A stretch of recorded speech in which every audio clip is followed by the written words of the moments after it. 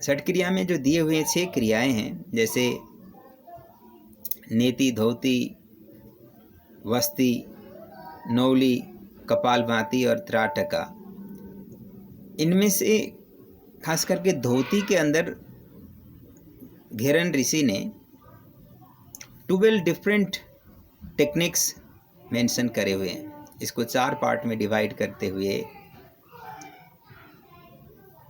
अंत धौति, हृद धौति, दंत धौति और मूल शोधन करते हुए इसको 4 पार्ट में डिवाइड करके और 4 पार्ट के अंदर भी 4-4 करते हुए 12 डिफरेंट टेक्निक्स उल्लेख करे हुए हैं। और इस तरह से 6 मेन क्रियाएं हैं और उसके ब्रांचेज हैं। ये सारे करके ये बहुत लंबा प्रैक्टिस है। इसमें लगभग सारे मिलाएंगे, उसके वेरिएशंस को मिलाएंगे तो लगभग 20 के आसपास डिफरेंट टेक्निक प्रैक्टिस किए जाते हैं। इन सब टेक्निक्स का मुख्य उद्देश्य होता है शरीर को आंतरिक रूप से शोधन करना। और घेरन ऋषि कहते हैं कि ये सारे टेक्निक्स सब लोगों को ज़रूरत भी नहीं होता। जिनके शरीर के अंदर टॉक्सिन्स का लेवल ज़्यादा होगा उनको हायर साधना प्रैक्टिस करने में मुश्किल आएगा, उनका शारीरिक स्वास्थ्य अच्छा नहीं होगा। शारीरिक स्वास्थ्य अच्छा नहीं होगा तो निश्चित रूप से उनका एनर्जी डायमेंशन या मेंटल डायमेंशन भी सही ढंग से काम नहीं करेगा।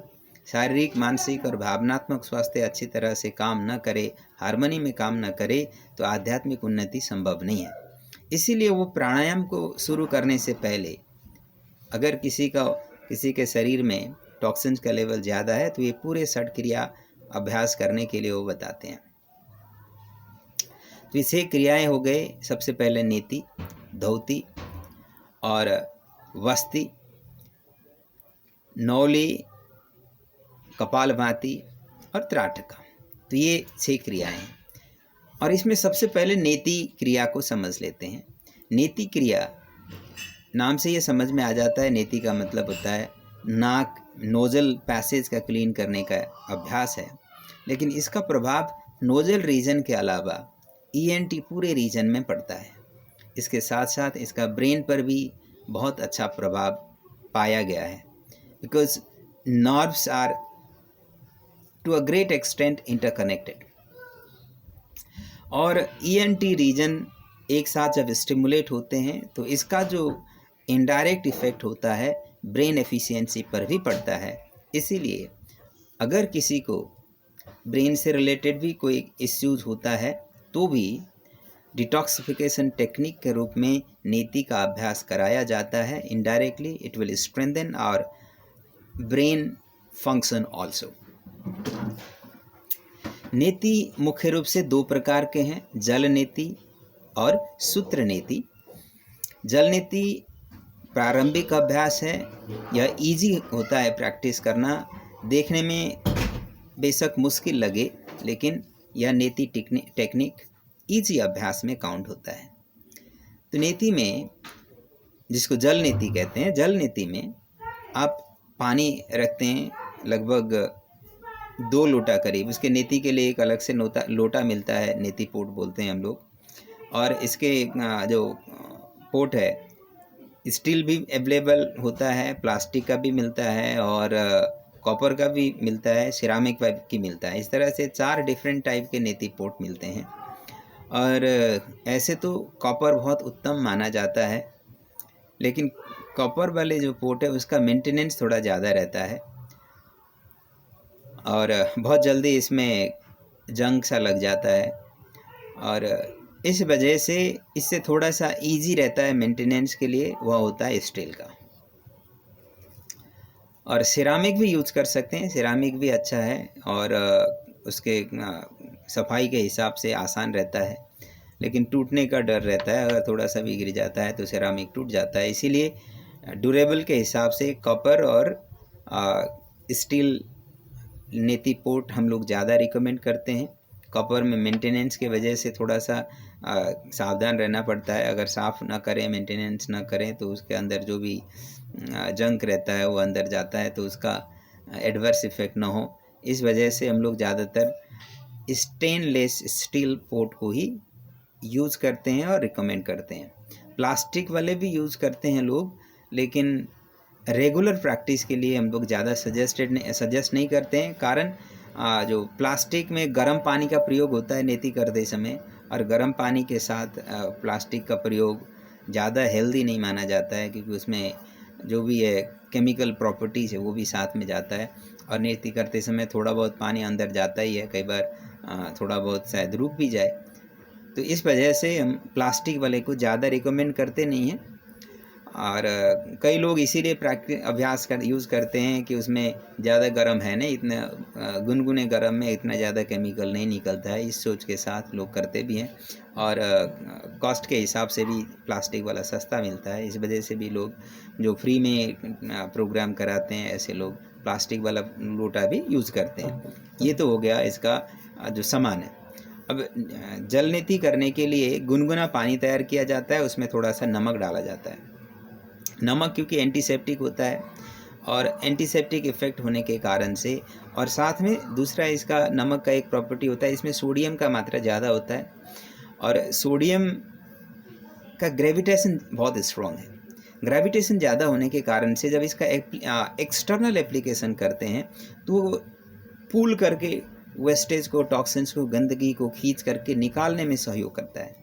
जब हम लोग एक नाक से पानी डालते हैं, जैसे माउथ ओपन रख करके करना होता है, क्योंकि दोनों नाक तो बंद होते हैं, एक से पाइप गया होता है, दूसरे से पानी निकलने के लिए जा रहा होता है, तो ब्रीदिंग कंटिन्यू हो उसके लिए माउथ ओपन रखा जाता है। माउथ ब्रीदिंग करने से ब्रीद आउट करते समय जो एयर का फ्लो बाहर निकलता है उससे पानी को बाहर निकालना भी आसान होता है, इसीलिए माउथ ओपन रख करके करते हैं। जैसे ऐसे झुक करके करते हैं, नेति पोट मान लो यहाँ डाला हुआ है, तो जब एक नाक से पानी जा करके दूसरे नाक से निकलता है, तो ये जो नोजल पैसेज में यहाँ म्यूकस प्रोड्यूसिंग एक लेयर है, म्यूकस प्रोड्यूसिंग मेम्ब्रेन है जो म्यूकस बनाता है। अब म्यूकस क्यों बनाता है? क्योंकि जब हम लोग एयर को नॉस्ट्रिल से अंदर लेते हैं, एयर के अंदर कुछ भी हो सकता है, धूल हो सकता है, उसमें बैक्टीरियाज हो सकते हैं और केमिकल प्रॉपर्टीज़ हो सकता है। इन चीज़ों को जब अंदर लेना होता है तो नॉस्ट्रिल के थ्रू जब जाता है तो ये म्यूकस मेम्ब्रेन में जा कर के पहले वो हीट करता है। जैसे वो हीट करेगा ये सारी चीज़ें उसमें चिपक जाते हैं, और इसका मात्रा थोड़ा ज़्यादा होता है और एक थिकनेस बन जाता है, तो फिर नाक बहने लगता है या कफ अनुभव होता है, और कफ के साथ या जो भी जो नाक बहता है उसके साथ ये निकल जाता है। और कभी कभी कुछ लोगों का जैसे कोल्ड के कारण से, या कभी कभी ये नाक का पोजीशन अलाइनमेंट ख़राब हो जाता है चोट लगने के कारण से या कुछ एबनॉर्मलिटीज़ के कारण से, तो ऐसे में ये निकलना बंद होता है, निकलता नहीं है, या ये म्यूकस यहाँ म्यूकस ज़रूरत से ज़्यादा बनता है। मान लो यहाँ टेढ़ा हो गया, तो टेढ़ा हो गया तो मेमोरी सिस्टम ने उसको रीड कर लेता है, यहाँ टेढ़ा हो गया, कुछ अटका हुआ है, उसको निकालना है, तो वो बार बार म्यूकस बनाएगा, ज़्यादा म्यूकस बनाएगा उसको साफ़ करने के लिए। लेकिन वो सॉलिड स्ट्रक्चर है, वो हड्डी बड़ा हुआ है या हड्डी टेढ़ा हो रखा है, ऐसे कंडीशन होता है ना कई लोगों का, तो म्यूकस ज़्यादा बनता है, उसके वजह से लगातार ये बंद रहता है, क्योंकि म्यूकस ज़्यादा बना हुआ है, वहाँ अटकने का जगह है, और ऐसे में फिर नाक से सांस लेना मुश्किल हो जाता है। ऐसे कंडीशन को साइनसाइटिस कंडीशन बोलते हैं। और जब ऐसा होता है तो डॉक्टर नॉर्मली ऑपरेट करके पोजीशन, इसका जो भी स्ट्रक्चर है, सीधा करने की कोशिश करते हैं कभी कभी। और ये पोलिप्स बहुत ज़्यादा बढ़ने लग जाते हैं, कुछ ऐसे सेलुलर, इस एरिया के जो सेलुलर मेमोरी इस तरह से डेवलप हो जाता है, तो ऐसे में ब्रीदिंग मुश्किल होने लगता है, तो माउथ ब्रीदिंग होना शुरू होता है। माउथ ब्रीदिंग जब होता है तो एक तो टॉक्सिन्स, जो गंदगी है बाहर के धूल से लेकर के कई पार्टिकल है, उसका फिल्टरेशन प्रॉपर नहीं होता। जब एयर डायरेक्ट माउथ से अंदर जाता है तो गले पर ड्राइनेस क्रिएट होता है, उस ड्राइनेस के कारण से चोकिंग इफेक्ट होने लगता है, और it leads to number of complications, क्योंकि एक तो चोकिंग हो रखा है, ड्राइनेस आ गया, ब्रीदिंग को आसानी से करने में भी मुश्किल होता है, बोलने में और खाना खाने में, इसमें भी मुश्किल होता है। और दूसरा, जो भी धूल है, ये सारे केमिकल्स पार्टिकल्स है, ये सारे के सारे बिना फिल्टर करे हुए लंग्स के अंदर एंटर करते हैं, तो लंग्स को इन्फेक्ट करने का संभावना ज़्यादा होता है। और लंग्स के अंदर ऐसे पार्टिकल जाकर के अगर ज़्यादा इकट्ठा होने लग गए तो लंग्स एफिशिएंसी प्रभावित होगा, लंग्स का हेल्थ प्रभावित होगा। ये सारा न हो इसके लिए नॉस्ट्रल ब्रीदिंग ही ज़रूरी है, क्योंकि नॉस्ट्रल के अंदर ये फिल्टर करने के लिए बाल होते हैं सबसे पहले राउंड में, और उसके बाद वहाँ म्यूकस स्टॉप करने के लिए सिस्टम है। ये सारा होने के बाद फिर एयर थोड़ा सा मॉइस्चराइज हो जाता है, और मॉइस्चर होने के बाद जब एयर जाता है तो ड्राइनेस क्रिएट नहीं करता है। ये सारा सिस्टम नाक के अंदर है, और इसको बाईपास करने से लॉन्ग टर्म में जा कर के ब्रीदिंग से रिलेटेड प्रॉब्लम हो सकते हैं, और थ्रोट से रिलेटेड प्रॉब्लम हो सकता है, और इसको और लंग से रिलेटेड प्रॉब्लम या ब्रोंकस से रिलेटेड प्रॉब्लम, ये सारे डेवलप हो जाते हैं। And to prevent it, nostril clear होना है, और for that reason when we practise jal neti it is going to help a lot in long term. Sinus related problem जो साइनसाइटिस का एक बीमारी के रूप में देखा जाता है, एलोपैथिक मेडिसिन में इसका ऑपरेट करने के अलावा कोई ऐसे रिलायबल ट्रीटमेंट होता नहीं है, लेकिन हम लोग गर्म पानी से जब रोज़ साफ़ करते हैं नमक वाले पानी से, तो ये धीरे धीरे पूरे एरिया को साफ़ करता है, और उसके बाद इस एरिया का जेंटल मसाज कर लेते हैं, तो ये फिर बॉडी नेचुरली अपने जो शेप है इसको बना लेती है। जेंटल मसाज करते हैं हम लोग इस तरह से, और ये पॉइंट प्रेशर दे करके मसल्स को स्टिमुलेट करते हैं इसको करने के बाद। और जब पानी जैसे एक साइड से पानी लिया दूसरे साइड से निकलता है, और फिर वहाँ से ले करके फिर दूसरे साइड से निकालते हैं। अब इसमें स्टार्टिंग कहाँ से करनी है? नॉर्मली जो नाक एक्टिव होगा वहीं से स्टार्ट करना होता है, और कभी कभी लोगों को पता नहीं लगता कौन सा नाक एक्टिव है। ऐसे तो हाथ ऐसे नाक के पास थोड़ी देर रखते हैं तो समझ में आता है किस नाक से श्वास निकल रहा है। एक साथ दोनों नाक से श्वास निकल नहीं रहा होता है, और सामान्यतः ये लगभग 30 मिनट से लेकर के 90 मिनट के बीच में ये चेंज होने का टेंडेंसी होता है। और जब ऐसे हम लोग देखते हैं, आप थोड़ी देर लगा करके देखेंगे पता लग जाएगा। तो जो नाक चल रहा है उस नाक से पाइप को पहले डालना होता है, दूसरे नाक से निकालना होता है। अगर ये समझ में नहीं आ रहा है तो आप एक नाक को बंद कर लीजिए, दूसरे नाक से थोड़ी देर ब्रीद इन ब्रीद आउट करिए, तो वह नाक ऑटोमेटिक चालू हो जाता है। तो वहाँ से उस पाइप को पहले डालेंगे और फिर शुरू करेंगे। जब ये एक साइड से एक लोटा दूसरे साइड से दूसरा लोटा पानी करने के बाद डालने के बाद फिर लास्ट में भस्त्रिका प्राणायाम किया जाता है, ऐसे पूरी तरह से क्लियर करने का अभ्यास। या कपालभाति कर सकते हैं। कपालभाति या भस्त्रिका में से एक प्रोसेस जरूर करना चाहिए, जिससे जो भी ये पानी अंदर रुका होगा वो पूरी तरह से साफ हो जाएगा। और यह हो गया जल नीति प्रोसेस। और सूत्र नीति प्रोसेस खास करके जो ये टेढ़ापन होता है उसको खोलने के लिए, या कभी कभी नाक थोड़ा सिकुड़ जाता है, ये नाक का होल छोटा पड़ जाता है, ब्रीदिंग में डिफ़िकल्टीज होती है, तो इसको ओवरकम करने के लिए नीति का दूसरा स्टेज होता है सूत्र नीति। उसमें रबर का पाइप मिलता है, कैथेटर बोलते हैं इसको। और दूसरा ट्रेडिशनली जो अभ्यास किया जाता है, कॉटन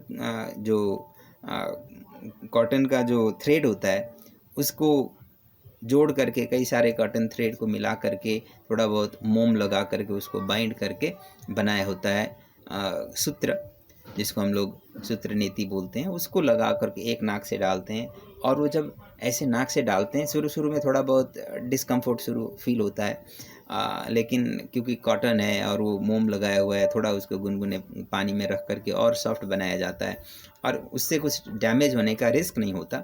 जब उसको डालते हैं, जब गले में हमें फील होने लगता है तो 2 उंगली मुंह से डाल करके उसको पकड़ते हैं, और आधा थोड़ा बहुत बाहर नाक से बाहर ही रहे सुनिश्चित करते हुए माउथ से निकाल करके इसको थोड़ा बहुत मूवमेंट किया जाता है, थोड़ा राइट लेफ्ट मूवमेंट किया जाता है। तो ये पाइप को पूरी तरह से खोलने का काम है। और एक साइड करने के बाद फिर दूसरे नाक से डाल करके करते हैं, और उसके बाद लास्ट में ये थोड़ी देर deep breathe in deep breathe out करके रिलैक्सेशन अभ्यास करें। तो इसको करने से नॉस्ट्रिल को तो सबसे पहले फ़ायदा मिलेगा, उसके साथ साथ पूरे ईएनटी रीजन को यह स्ट्रेंथन करता है। आँखों के लिए बहुत अच्छा इफेक्ट देता है। इसको करते समय आँखों से आंसू आते हैं, आइज़ क्लीन हो जाते हैं, टीयर ग्लैंड स्टिमुलेट होते हैं और कई बार लोगों को ये ग्लूकोमा हो जाता है। नॉर्मली आँखों के जो आउटर साइड में, आगे वाले साइड में लेयर क्रिएट हो जाता है। ये टीयर ग्लैंड प्रॉपरली स्टिमुलेट हो जाएं तो उसको आसानी से साफ़ कर पाते हैं। और ये पूरे nerves, muscle, cells, tissues activate होने के कारण से आइज हेल्थ में भी इसका बहुत अच्छा प्रभाव है। We can practise it every day. Jal neti can be done every day. और jal neti and sutra neti, in fact both neti can be done every day. और जल नीति के रिप्लेसमेंट के रूप में कई लोग पानी के जगह घी के साथ भी करते हैं, दूध के साथ भी करते हैं, और कई लोग यूरिन नीति करते हैं। और नॉर्मली जल नीति is commonly used and this is good enough. कई लोग एक्सपेरिमेंट करने के तौर पर दूध और घृत नीति भी करते हैं। और दूध नीति नॉर्मली जिन लोगों का ड्राइनेस ज़्यादा रहता है उनके लिए अच्छा रहता है।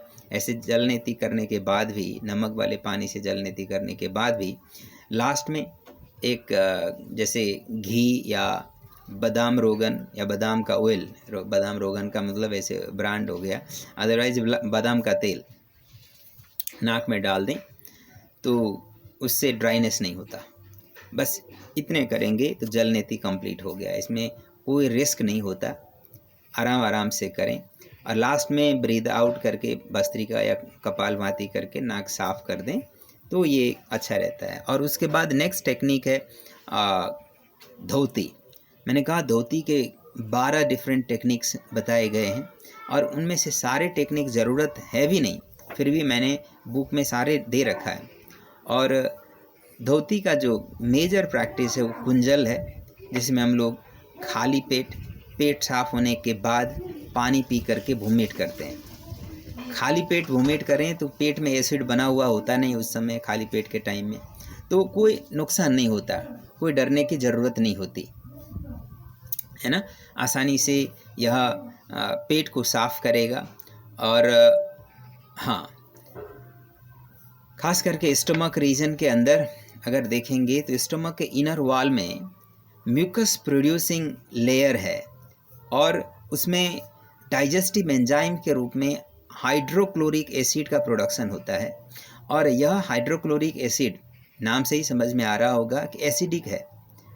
और कभी कभी पेट में कुछ ऐसी चीज़ें अटक जाते हैं, चिपक जाते हैं, रह जाते हैं, अनडाइजेस्टेड चीज़ें, उसको गलाने के लिए एसिड का नेचुरल रिक्वायरमेंट से ज़्यादा प्रोडक्शन होता है। कभी कभी लोग जो हेवी फूड खाते हैं, फ्राइड फूड खाते हैं, नॉन वेजिटेरियन फूड खाते हैं, उनके शरीर में तो एसिड का प्रोडक्शन ज़रूरत से ज़्यादा ही प्रोड्यूस होता है। अगर ऐसा होता है तो फिर इनर वॉल को ये जला देता है, जल्दी जल्दी जला देता है। इसका जो रिप्लेसमेंट होने का टाइम है लगभग 1 महीने का टाइम होता है। 1 महीने के टाइम में नेचुरल रिप्लेसमेंट होता है। लेकिन अगर नॉन वेजिटेरियन आइटम या फ्राइड फूड अगर कोई ज़्यादा लेता है तो उनका जो रिप्लेसमेंट का टाइम है 1 महीने का, उतनी समय से पहले ही सारा इनर वॉल जल जाता है। तो अगर ऐसा होता है तो उनको अंदर जलन होती है। लोग कहते हैं हार्ट बर्न हो रहा है। इनफैक्ट हार्ट बर्न नहीं है, स्टमक के अंदर जल रहा है। क्यों? क्योंकि एसिड ज़्यादा बन रहे हैं। क्यों एसिड ज़्यादा बन रहा है? क्योंकि वहाँ अनडाइजेस्टेड या हैवी नेचर के फूड पड़े हुए हैं, है ना। और इसको सफाई करना है, साफ़ करना है। इसके लिए कुंजल क्रिया बहुत ही इफ़ेक्टिव और पावरफुल टेक्निक है। सामान्यतः इसको खाली पेट साफ होने के बाद किया जाता है। और इसके लिए लगभग 2 लीटर करीब गुनगुने पानी, उसमें थोड़ा सा नमक डाला जाता है, थोड़ा नींबू डाला जा सकता है। अगर किसी को हाई ब्लड प्रेशर होने का टेंडेंसी हो तो उसमें नमक नहीं डालना है, नींबू से ही काम चला लेना है। और कागासन में बैठ करके पानी को फटाफट जितनी हो सके जल्दी, जो लोग कागासन में नहीं बैठ सकते हैं थोड़ा सा लो हाइट वाला चेयर में बैठ करके भी कर सकते हैं। और पानी फटाफट पिएंगे, जैसे ऊपर गले तक पानी आ गया हो, ऐसा फील हो, इस तरह से पीना है। हो सकता है स्टार्टिंग के 1-2 बार पानी ज़्यादा पीना मुश्किल लगे, बट एवरीडे कुछ दिन करेंगे, जब तक परफेक्शन के साथ न हो तब तक लगातार करना पड़ेगा। और फिर इस तरह से पानी ऊपर तक पिया जाने लग जाए तो फिर आसानी से कुंजल हो पाएगा। जब ऐसे पानी कम से कम 4 गिलास पानी पी लें, उसके बाद फिर खड़े होकर के झुकेंगे तो पानी का नेचर ऊपर की ओर नीचे की ओर बह आ जाता है। जैसे आप झुकेंगे तो पानी ऊपर मुँह की ओर आएगा। और यहाँ फिल्टर लगा होता है जिसको हम लोग कहते हैं फूड पाइप का फिल्टर, फेरिंग्स, है ना। तो फेरिंग्स में थोड़ा सा स्टिमुलेशन की ज़रूरत होता है। तो माउथ ओपन करके 2 या 3 उंगली मुंह के अंदर डाल करके हल्का सा ऐसे मुंह के अंदर प्रेस करेंगे। ये गले के बिल्कुल रूट के पास हल्का सा दबाव डालेंगे तो वाल्व खुल जाता है और फिर पानी लैरिंग्स रास्ता दे देता है और फिर पानी, लैरिंग्स नहीं फेरिंग्स, पानी आसानी से पूरा बाहर निकल जाता है। ऐसे जब पानी पूरी तरह से बाहर निकलता है तो उसके अंदर जो भी एसिड होगा, म्यूकस होगा, वो सारा साफ़ हो जाता है। स्टमक अगर क्लीन हो जाए तो फिर एसिड का जो एबनॉर्मल प्रोडक्शन का नेचर था वो स्टॉप होगा। और उसके साथ साथ जो वाइब्रेशन क्रिएट होता है, उस वाइब्रेशन से लंग्स रीजन के अंदर भी अगर सेलुलर एफिशिएंसी अगर प्रॉपर नहीं है तो सेलुलर एफिशिएंसी बढ़ेगा। डिटॉक्सिफिकेशन प्रोसेस लंग्स के अंदर भी प्रॉपरली हो पाएगा, जिससे लंग्स के अंदर भी इनर वॉल में म्यूकस प्रोड्यूसिंग लेयर होता है जो एयर के साथ जाने वाले डस्ट पार्टिकल से लेकर के फॉरेन पार्टिकल को पकड़ करके निकालने के लिए होते हैं, जिससे लंग्स डैमेज ना हो। उस प्रोसेस में इस वाइब्रेशन का बहुत अच्छा प्रभाव होता है। ये पूरे लंग्स को भी स्टिमुलेट करेगा, एक्टिवेट करेगा और डिटॉक्स प्रोसेस को इजी करेगा। इसके वजह से ये कुंजल क्रिया, जिसको जलधोती भी कहा जाता है, यह रेस्पिरेटरी प्रॉब्लम वाले लोगों के लिए रामबाण के तरह है। और अस्थमा के पेशेंट्स को इस अभ्यास को कम से कम हफ्ते में 1 दिन लगातार कुछ समय करनी चाहिए और asthma over the period of time cure भी होता है। बस अस्थमा वाले लोगों को ये ध्यान रखना होता है कि उनको ठंडी चीज़ें नहीं खाना होता है और नेचुरल टेम्परेचर की चीज़ें खानी है, थोड़ा गर्म टेम्परेचर की चीज़ें खानी है, हल्दी वाला दूध पिया जा सकता है। और साथ में कुंजल रूटीन में every week at least once in a week ज़रूर करें। स्टार्टिंग में अंडर सुपरविज़न लगातार 4-5 दिन भी किया जा सकता है। हाँ, कुंजल करने के बाद लास्ट में थोड़ी देर शवासन सजेस्टेड होता है and it is miraculous practice. इससे स्टमक जलन में भी फ़ायदा होगा और साथ में लंग्स हेल्थ में भी फ़ायदा होगा। उसके साथ साथ ये गले से लेकर के ENT सबको एक साथ वाइटलाइज करने के लिए यह इफ़ेक्टिव है। कफ से रिलेटेड समस्याओं के लिए ये बहुत ही चमत्कारिक प्रभाव देता है and it is wonderful practice to do. तो ये हो गया जल धोती। और धोती के अन्य जो टेक्निक है, इसमें अंतर धोती, हृदय धोती, दंड धोती और मूल शोधन करके 4 प्रकार हठयोग प्रदीप ये घृण संहिता में उल्लेख करे हुए हैं। और उसमें एक दूसरा जो एक तो जल धोती है, अंतर धोती का जो पार्ट है इसमें, और दूसरा दंड धोती है। दंड धोती में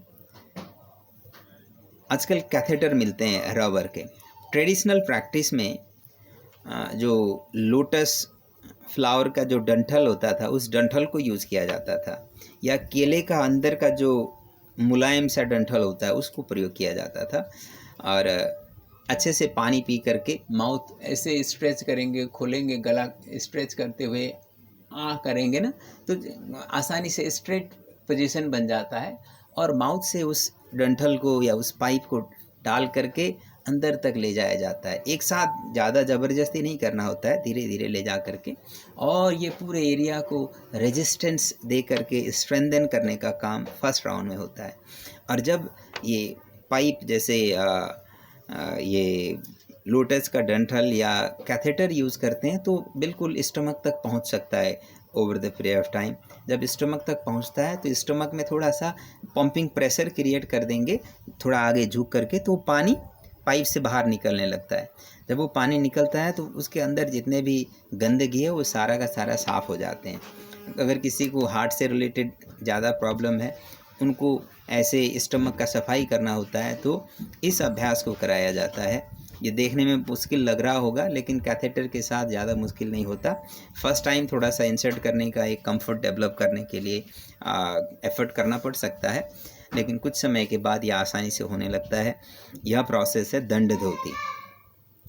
और तीसरा जो टेक्निक है वस्त्र धोती।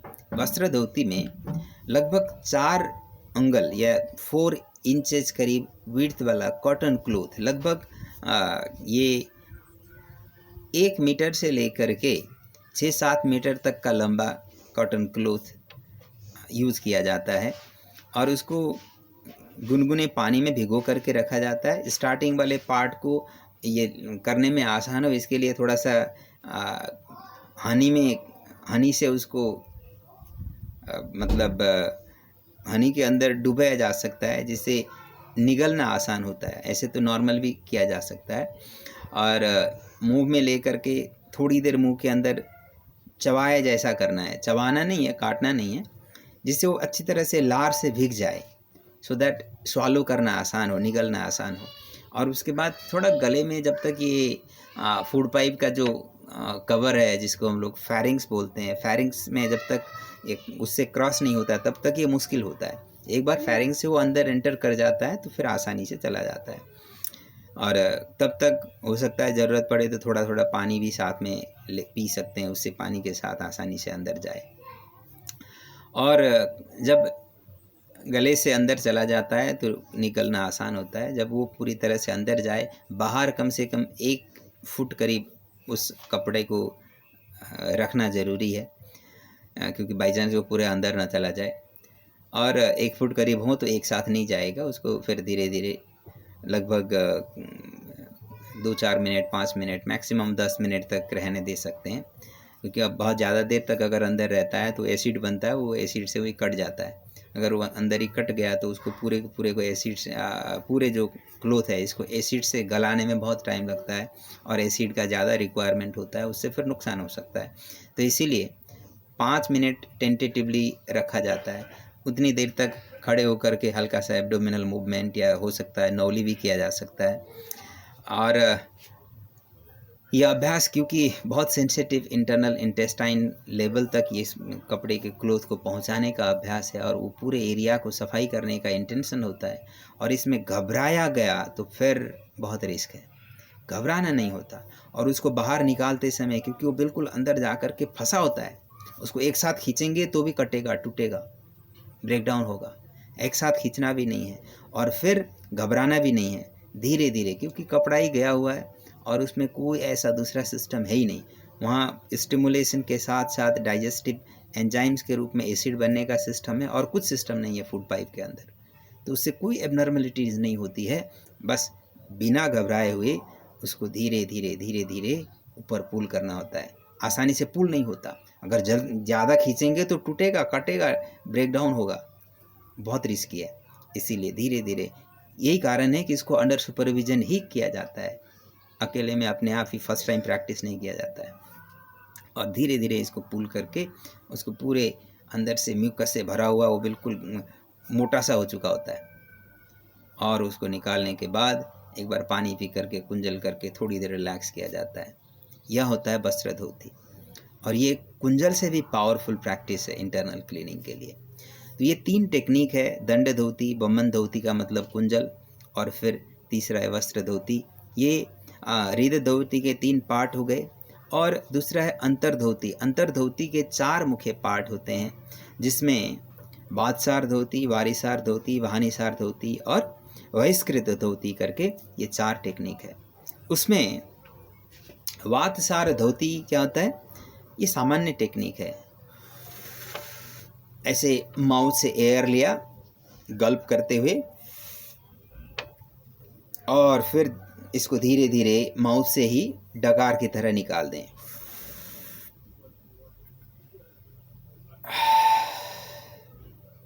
ऐसे डकार की तरफ एयर को इनहेल करके एयर को निकाल दें। इनहेल करते समय एयर को लंग्स के और ले जाने वाला तो नॉर्मल प्रोसेस है, लेकिन गल्प करते हुए स्टमक में भेजने की कोशिश किया जाता है और कुछ समय के बाद डकार के रूप में इसको बाहर निकालने का अभ्यास किया जाता है, क्योंकि ये इनवॉलंटरी नेचर का सिस्टम इसमें इन्वॉल्व होता है। तो इनवॉलंटरी सिस्टम इन्वॉल्व है तो अपने आप ही एक साथ होएगा नहीं, रोज़ रूटीन प्रैक्टिस करनी होती है। इसीलिए इसके लिए जो क्रिया योगा मतलब शरीर के इंटरनल एक एक सिस्टम के ऊपर अनवॉलंटरी या इनवॉलंटरी सिस्टम के ऊपर कंट्रोल डेवलप करने का रूटीन प्रैक्टिस करने से over the period of time ये होने लगता है। और दूसरा जो टेक्निक है वारिसार धोती। वारिसार धोती का मतलब शंख प्रक्षालन होता है। शंख प्रक्षालन ये बहुत मेजर डिटॉक्सिफिकेशन टेक्निक है। इसमें पानी पी करके, कागासन में बैठ करके पानी पिया जाता है और ताड़ासन, तिर्यक ताड़ासन, कटी चक्रासन और तिर्यक भुजंगासन और फिर उदराकर्षासन, ये 5 आसन के अभ्यास किए जाते हैं। और ये पूरे सीरीज़ को, एक एक प्रैक्टिस को कम से कम 15-20 बार तक किया जाता है। जैसे ये ताड़ासन में हाथ को ऊपर ले जा कर के अप एंड डाउन मूवमेंट किया जाता है, साइड मूवमेंट, ऐसे हाथों को पूरा मूवमेंट किया जाता है, फिर ट्विस्टिंग करा जाता है। ऐसे एक एक मूवमेंट को 15-20 बार तक किया जाता है। और त्रियक भुजंग आसन में भी ट्विस्टिंग कोबरा है, एक बार राइट साइड एक बार लेफ्ट साइड भुजंग आसन पोजीशन में किया जाता है। उदराकर्षासन में एक बार राइट नी को ड्रॉप करके राइट साइड देखा जाता है, एक बार लेफ्ट नी को ड्रॉप करके लेफ्ट साइड देखा जाता है। इस तरह से ये पूरे सीक्वेंस को एक सेट माना जाता है। ये पूरा करने के बाद फिर 2 गिलास पानी पी करके फिर इसी सीक्वेंस को करा जाता है, फिर 2 गिलास पानी पी करके इसी सीक्वेंस को किया जाता है। फर्स्ट के 2-3 सेट में 2-2 गिलास पानी सजेस्टेड होता है, उसके बाद 1-1 गिलास पी सकते हैं।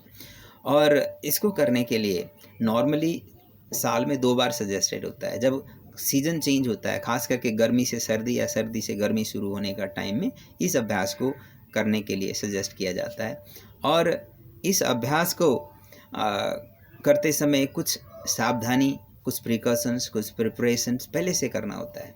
खास करके ये शंख प्रक्षालन करने से पहले 2-3 दिन से खाना हल्का खाना शुरू करें और कम से कम 1 हफ्ते पहले से इस पूरे सीक्वेंस को, 5 आसन्स को रोज़ प्रैक्टिस करें।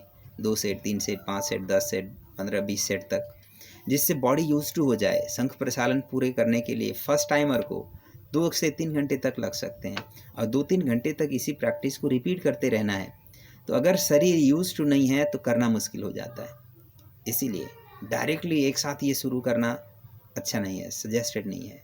इससे थकान ज़्यादा आएगा और प्रैक्टिस पूरा होना मुश्किल होता है। तो 1 हफ्ते से इस प्रैक्टिस को रोज़ करना है और 2-3 दिन पहले से खाना हल्का खाना शुरू करनी है। 1 दिन पहले तो पूरे दिन खिचड़ी के अलावा कुछ नहीं खाना है। तो फिर ये प्रैक्टिस थोड़ा आसानी से हो पाता है।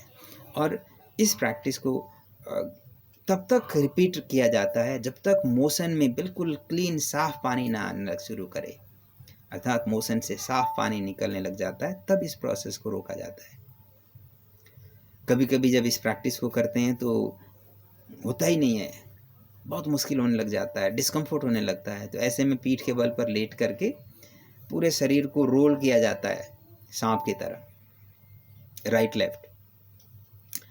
उससे ये क्रिया थोड़ा फैसिलिटेट हो जाता है। और 2-3 सेट करने के बाद बार बार बाथरूम में जा कर के थोड़ी देर बैठ कर के मोशन के लिए कोशिश करनी होती है। थोड़ी देर रुकना होता है, थोड़ी देर माइंड को इंटरनलाइज करके प्रोसेस को विटनेस करना होता है, फैसिलिटेट हो जाता है इससे। ऐसे करके जब पूरा साफ हो जाता है, लास्ट में खिचड़ी खाया जाता है। खिचड़ी में मूंग का दाल और चावल, थोड़ा सा जीरा और थोड़ा सा हल्दी और घी, अच्छे से घी, कम से कम जो टेबल स्पून से 2 टेबल स्पून या 2-3 टेबल स्पून तक डाला जा सकता है। तो बस इसको खाना होता है। शंख प्रक्षालन कंप्लीट करने के बाद लगभग 10 से 15-20 मिनट मैक्सिमम रिलैक्सेशन करने के बाद खिचड़ी खाया जाता है। उससे ज़्यादा लंबे समय तक ये अभ्यास करने के बाद खाली पेट बैठना नुकसानदायक हो सकता है, क्योंकि आंतें चिपकने का डर होता है, क्योंकि पेट पूरी तरह से साफ़ हो चुका होता है और खाली होता है उस समय। इसीलिए 15-20 मिनट के अंदर अंदर ही पूरा प्रोसेस कंप्लीट करना है। और इसको करने के बाद उस दिन बिल्कुल नहाना नहीं है, और बहुत गर्मी के समय में भी नहीं किया जाता है, ठंडी के समय में नहीं किया जाता है। और इसको करते समय फ़ैन के नीचे, एसी के नीचे नहीं बैठना होता है, धूप में नहीं बैठना होता है, फिजिकल मेहनत नहीं करना होता है। उस दिन पूरे दिन रेस्ट करना है और खाने के अलावा, खाने और टॉयलेट जाने के अलावा किसी भी काम के लिए उठना नहीं है, रेस्ट करना है, रिलैक्स करनी है। पूरे शरीर एक तरह से अंदर से एडजस्टेड हो रखा होता है, उसको रेजुविनेट करने का टाइम देना है। तो ये प्रोसेस जब करते हैं तो सीजनल जो बीमारी होते हैं, ये कोई बीमारी ऐसे शरीर में अटैक नहीं कर सकते। शरीर अंदर से पूरी तरह से रेजुविनेट होकर के अंदर से स्ट्रांग हो जाती है। तो यह अभ्यास होता है वारिसार धोती। और नेक्स्ट अभ्यास है वाहनिसार धोती। वाहनिसार धोती का दूसरा नाम है अग्निसार क्रिया। अग्निसार क्रिया में हम लोग पानी पूरी तरह से पूरी तरह से ब्रीद आउट करके, मैंने पानी गलती से बोला, पूरी तरह से ब्रीद आउट करने के बाद श्वास को रोक करके पेट को मूवमेंट कराते हैं। आप में से ज़्यादातर लोग अग्निसार क्रिया रूटीन में करते भी हैं। ब्रीद आउट करने के बाद पेट को अंदर खींचना छोड़ना, अंदर खींचना छोड़ना, यह मूवमेंट होता है अग्निसार। और इस अभ्यास को महर्षि घेरन कहते हैं कि एक श्वास में 100 बार तक करने की कोशिश करनी चाहिए। अगर आप 100 बार तक पेट को एक श्वास खाली करने के बाद श्वास रोककर हिला पाएंगे तो इसके मतलब पेट के सभी सिस्टम इतने स्ट्रांग हो जाते हैं, आपका ब्रीथ रिटेंशन कैपेसिटी इतना बढ़ जाता है, अर्थात इतनी ज़्यादा देर तक बिना ऑक्सीजन का इंटेक लिए हुए शरीर के इंटरनल सिस्टम अपने रूटीन काम को करा पाएंगे और वो भी एनर्जी रिक्वायरिंग एक्टिविटीज़ को करा पाएंगे। इतनी कैपेसिटी इंटरनल लेवल में बिल्ड होगा and it is going to help a lot to improve overall efficiency in long term। इसीलिए यह अभ्यास बहुत ही अच्छा अभ्यास है और लॉन्ग टर्म में इससे हमारे इंटरनल सारे वाइटल ऑर्गन्स एक्टिव स्ट्रांग हो जाते हैं and it is really great practice to do। it can be done every day in a routine। और इसके बाद फिर नेक्स्ट प्रैक्टिस है बहिष्कृत धोती। बहिष्कृत धोती ये एडवांस धोती है, सबके लिए करना भी मुश्किल है और ज़रूरत भी नहीं है। इसमें क्या करते हैं, माउथ से एयर इनहेल करते हैं, गल्प इन करते हुए। ये पारस ने प्रेजेंटेशन कुछ कराया, वो हटा देना, ज़रूरत नहीं है। खैर, अब इसके बाद इसमें माउथ से एयर लेकर के फूड पाइप के थ्रू एनस से उसको निकालने का टेक्निक है और ये सामान्य लोगों के लिए तो बस की बात ही नहीं है। इसीलिए हायर साधना करने वाले लोग जिन्होंने अपने बॉडी के इंटरनल पूरे सिस्टम के ऊपर कंट्रोल डेवलप कर चुके होते हैं, वही लोग इस प्रैक्टिस को करते हैं। इसीलिए इसका नाम बहिष्कृत या गुप्त विद्या के रूप में प्रैक्टिस किया जाता है। नाम से ही समझ में आता है, यह बहिष्कृत धोती है। और उसके बाद फिर दंत धोती। इसमें 4 पार्ट है, जैसे दंत मूल धोती, मतलब दांतों को सफाई। रूटीन में दांत को साफ़ करना ज़रूरी है, नहीं तो फिर उसके अंदर जो भी है बैक्टीरियाज इकट्ठा हो जाते हैं और पूरे माउथ हेल्थ को ये या इवन ये लॉन्ग टर्म में जा कर के थ्रोट से लेकर के पूरे रेस्पिरेटरी सिस्टम तक को भी ये नेगेटिवली अफेक्ट करते हैं। डाइजेस्टिव सिस्टम और बाकी सर्कुलेटरी सिस्टम, ब्लड केमिस्ट्री तक को यह ख़राब करता है। इसलिए दांत का नियमित सफाई होना ज़रूरी है, मुख्य रूप से खाना खाने के बाद रात को और सुबह उठते ही दांत को साफ़ करना सजेस्टेड है। और नॉर्मली हमेशा खाना खाने के बाद दांत को कुल्ला करके अच्छी तरह से साफ़ करनी चाहिए और सुबह के टाइम में अच्छे से मसाज करनी चाहिए, मालिश करनी चाहिए। तो उसके लिए ये नमक, हल्दी या सरसों का तेल का प्रयोग ज़्यादा उत्तम रहता है। इससे अच्छी तरह से दांतों के गम का मसाज करते हैं तो टीथ हेल्थ बहुत अच्छा रहता है। और जीभ मूला धोती, जीभ को लंबा करना, ये बहुत ही एक तरह से जो एक्स्ट्रा सेंसरी कैपेसिटी को बिल्ड करने के लिए ये यूज़फुल और इफ़ेक्टिव पाया गया है। And for that purpose normally जीभ को जितना हो सके बाहर खींच करके जीभ के जो रूट एरिया है, अंदर वाले एरिया में, उसको अच्छी तरह से मसाज करने के बाद जीभ को ऊपर की ओर खींचा जाता है। जब जीभ लंबा होता है, जीभ को रोल करके बिल्कुल गले तक उसको पहुंचाने का प्रैक्टिस किया जाता है। उसको कहते हैं खेचरी। खेचरी के लिए ये प्रिपरेशन भी कराता है। लेकिन सामान्य जीभ मूल धोती में जीभ को अंदर से साफ करना और स्ट्रेच करने का अभ्यास है। तो ये जीभ मूल धोती है। और फिर कर्णरंध्र धोती, कान का सफाई। कान के सफाई के लिए इंडेक्स फिंगर और रिंग फिंगर का प्रयोग किया जाता है। ऐसे उंगली डाल करके इसको हल्का सा गोल गोल घुमा करके मसाज किया जाता है, क्लॉकवाइज एंटी क्लॉकवाइज। फिर दूसरे से, ये दोनों उंगली का अलग अलग प्रभाव है, ये क्लॉकवाइज एंटी क्लॉकवाइज घुमा करके मसाज किया जाता है। और इसके पूरे प्रिपरेटरी, इसका सपोर्टिव प्रैक्टिस के रूप में मैंने एक वीडियो बना करके आप लोगों के पास शेयर किया हुआ है। और यूट्यूब में अगर नहीं देखा है तो आप मेरे यूट्यूब में योगा गुरु मोहन करके यूट्यूब चैनल बना हुआ है, उसमें आप जा करके इसको देख सकते हैं। और इसमें और भी टेक्निक इंक्लूड किया जा सकता है साथ में, and it is very good and effective for year health. और इसके बाद फिर कपाल रंध्र धोती। कपाल का मतलब होता है मस्तक, है ना, माथा। माथे के भाग में ये देखिए, यहाँ एक थोड़ा सा गड्ढा सा दबा हुआ भाग होता है और ये दोनों साइड में थोड़ा दबे हुए भाग है। तो ये जो पॉइंट है, ये नेचर ने ऐसे ही गड्ढा नहीं बना रखा है, इसके अंदर बहुत वाइटल जो नर्वस सिस्टम के एक तरह से कंट्रोलिंग सेंटर के रूप में ये देखा जाता है।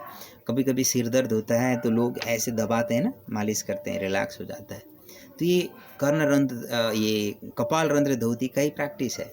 ये इस एरिया को अच्छे से मालिश करें, ऐसे दबा करके कर सकते हैं, आंखें बंद करके फीलिंग के साथ धीरे धीरे, फिर ये अच्छी तरह से ये मालिश करें।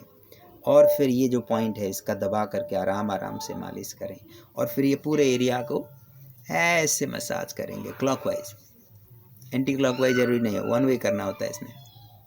ये अभ्यास करते हैं तो यह अभ्यास होता है कपाल रंध्र धोती। इससे सिर दर्द में आराम मिलता है, माइग्रेन जैसे प्रॉब्लम प्रिवेंट होते हैं, आइज पर स्ट्रेन अगर होता है, किसी को आंखों में प्रेशर के कारण से सिर दर्द होता है तो उसमें भी आराम आता है, ब्रेन एफिशिएंसी अच्छा होता है।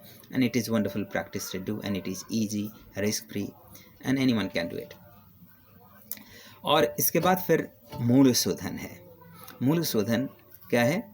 ये गुदा मार्ग का सफाई, क्योंकि गुदा मार्ग में, एनस रीजन में मल का इकट्ठा होने का जगह और इसका सफाई होना बहुत ज़रूरी है।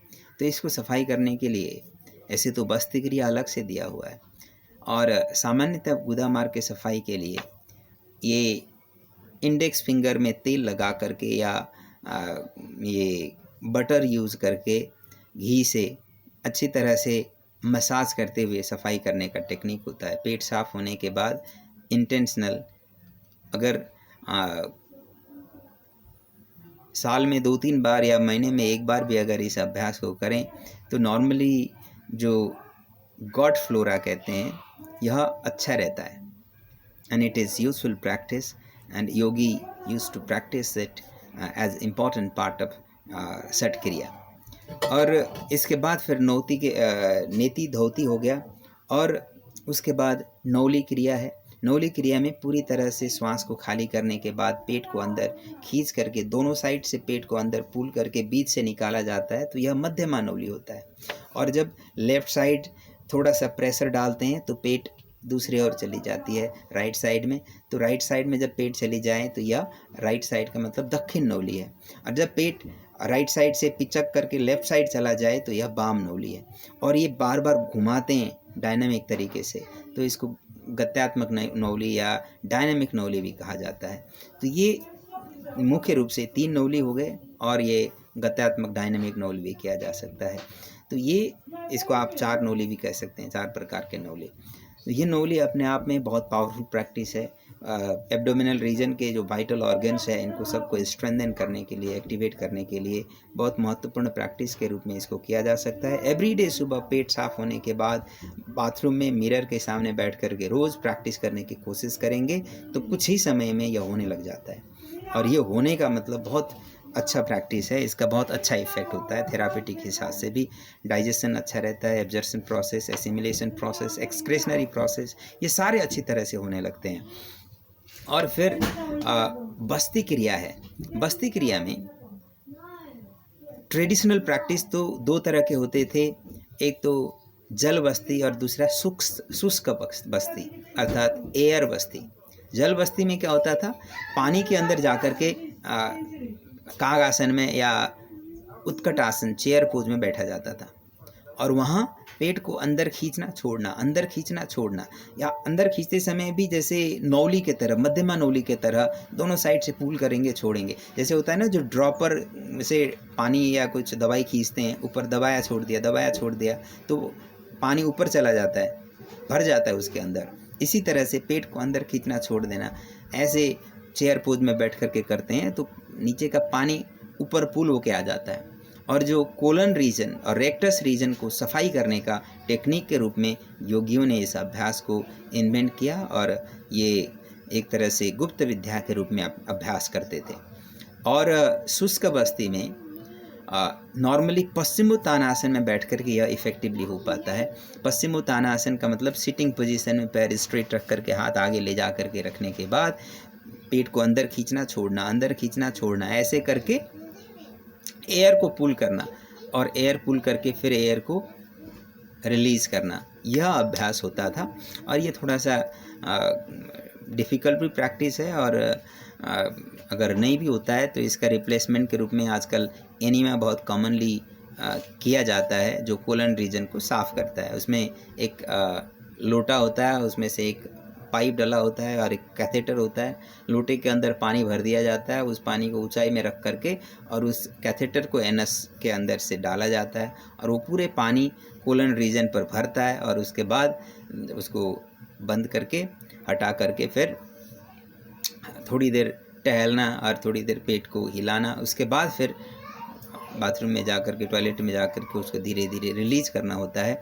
उससे पूरा कोलन साफ़ हो जाता है, मतलब बड़ी आंत तक पूरी तरह से सफाई करने का प्रोसेस होता है।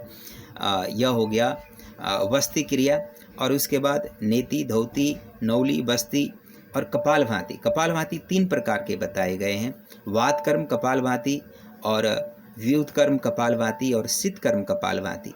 तो वात मीन्स वायु, तो वायु के साथ जब कपालभाति करते हैं तो इसका नाम हो गया वात कर्म कपालभाति। और इसको करने के लिए पूरी तरह से ब्रीद आउट करने के बाद, जैसे जो हम लोग रूटीन में करते हैं, इसके इनफैक्ट कई वेरिएशंस अलग अलग टेक्स्ट में बताए गए हैं, इसीलिए इसमें थोड़ा सा ज़्यादा कन्फ्यूजन होने की ज़रूरत नहीं है। जो पॉपुलर टेक्निक है उसी को आप करेंगे तो वही लाभ आ जाएगा। एक जो पॉपुलर टेक्निक जो स्वामी रामदेव जी ने बहुत ज़्यादा टीवी के माध्यम से प्रचार प्रसार करके ज़्यादातर लोगों को पता है, यही टेक्निक प्रैक्टिस कर सकते हैं। लेकिन हमें कोई बहस करने की ज़रूरत नहीं है, क्योंकि अलग अलग स्कूल में अलग अलग टेक्निक प्रैक्टिस किए जाते हैं। तो सबसे पॉपुलर टेक्निक है हर बार ब्रीद आउट करते समय पेट को अंदर खींचने का अभ्यास, पूरे सिंक्रोनाइजेशन करने का अभ्यास। ज़्यादातर लोगों को ये पता होता है आजकल, क्योंकि टीवी के साथ और कई जगह से ये समझ में आता है, लोग सब फेमिलियर होते हैं इससे। और दूसरा टेक्निक है पूरी ब्रीद आउट करने के बाद श्वास रोक करके पेट को लगभग 50 बार 100 बार तक हिलाना और फिर लंबी श्वास लेकर के रिलैक्स करना। हिलाने का इन सेंस के अंदर खींचना, लंबी श्वास लेंगे, सांस लिए बगैर छोड़ते रहना, छोड़ते रहना, छोड़ते रहना, ऐसा वाला टेक्निक होता है। इसको भी कपालभाति टेक्निक के रूप में प्रैक्टिस किया जाता है। और एक कपालभाति टेक्निक जो धीरेन्द्र ऋषि ने कहा है वो तो अनुलोम विलोम की तरह है। और एक टेक्निक कपालभाति का करा जाता है अल्टरनेट नॉस्ट्रिल से एक्सहेलेशन करने का। तो बहुत सारे टेक्निक में प्रैक्टिस करते हैं। तो आपके पास ये ऑप्शन हो गए, वेराइटीज हो गई, वेरिएशंस हो गए। लेकिन जो पॉपुलर टेक्निक है वो ज़्यादा ईजी है और कोई डिस्ट्रैक्शन नहीं है, ये वाला प्रैक्टिस। क्योंकि जितना प्रैक्टिस को, प्रोसेस को सिंप्लीफाई कर लिया जाए उतनी ज़्यादा एडप्टेशन आसान है। एडप्टेशन होगा तो परिणाम आता है। कॉम्प्लिकेटेड बना करके हम ज़्यादा लोगों को लाभ नहीं दे सकते, इसीलिए सिंप्लीफाई करना होता है। स्वामी रामदेव जी ज़्यादा पॉपुलर इसीलिए है कि उन्होंने पूरे टेक्निक को सिंप्लीफाई करके सामान्य लोगों को समझ में आ जाए इस तरह से पहुंचाए हैं। तो इस बात को हमेशा ध्यान में रखिए। कुछ लोग होते हैं हमेशा प्रॉब्लम को घुमा देते हैं, कॉम्प्लिकेशन, लोगों को कंफ्यूज करने में लगे रहते हैं। ऐसे लोग थोड़ा संकुचित मानसिकता के शिकार होते हैं। इन लोगों से ज़्यादा लोगों का सेवा भी नहीं हो पाने का, और ये लोग ज़्यादा सक्सेस भी नहीं हो पाएंगे। इतनी बात को हमेशा माइंड में रखिए। जितनी हो सके ज़्यादा लोगों को सेवा देना है, जितनी हो सके सहज बना करके सेवा देना है। जितनी ज़्यादा लोगों को सेवा दे सकेंगे उतनी ज़्यादा सेटिस्फैक्शन भी मिलेगी, उतनी ज़्यादा सफलताएं मिलने की संभावना भी होगी। और आप दुनिया में जितने भी सफल लोग हैं उनके जीवन को अगर आप देखेंगे, अवलोकन करेंगे, स्टडी करेंगे, तो आप पाएंगे सफल वही लोग हैं जिन्होंने ज़्यादा लोगों को सेवा दे पाए हैं, जो लोग ज़्यादा लोगों को सेवा नहीं देते हैं, संकुचित भाव रखते हैं, वह कभी भी सफल नहीं हो सकते हैं। तो सफलता का एक ही मंत्र है, ज़्यादा से ज़्यादा लोगों को सेवा देना। निःशुल्क सेवा देंगे तो भी आप सफल होंगे, क्योंकि आपने जो दिया है उसका रिटर्न नेचर एनवायरनमेंट क्रिएट करके देगा। अगर कोई नहीं देगा तो उसको फ्यूचर लाइफ में भी उसको रिटर्न करना पड़ेगा। क्यों? क्योंकि कार्मिक अकाउंट बढ़ जाता है। तो ये सिंपल लॉ ऑफ नेचर को हमें समझना है। ये हो गया कपालभाति और न बात कर्म कपालभाति। दूसरा व्युत कर्म कपालभाति। व्युत कर्म में जैसे थोड़ा सा पानी, गुनगुना पानी या थोड़ा सा घी या तेल हथेली में रख लिया, ऐसे करके इनहेल करते हैं एक नाक से, और वो गले में पहुंचता है तो उसको थोड़ा सा थ्रोट को प्रेस करेंगे, माउथ से निकाल लेते हैं।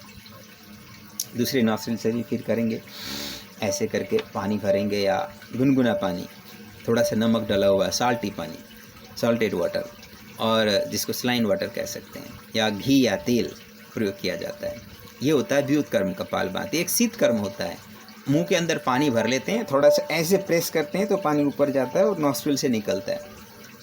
तो यह होता है शीत कर्म कपालभाति। ये नॉर्मली इनवॉलंटरी सिस्टम के ऊपर कंट्रोल ले आने के लिए और जो थ्रोट रीजन और साइनस रीजन को स्टिमुलेट, एक्टिवेट और स्ट्रेंथन करने का प्रैक्टिस है। तो ये कपालभाति हो गया। और उसके बाद नेति, धोती, नौली, कपालभाति, वस्ती भी हो गया। अब त्राटक।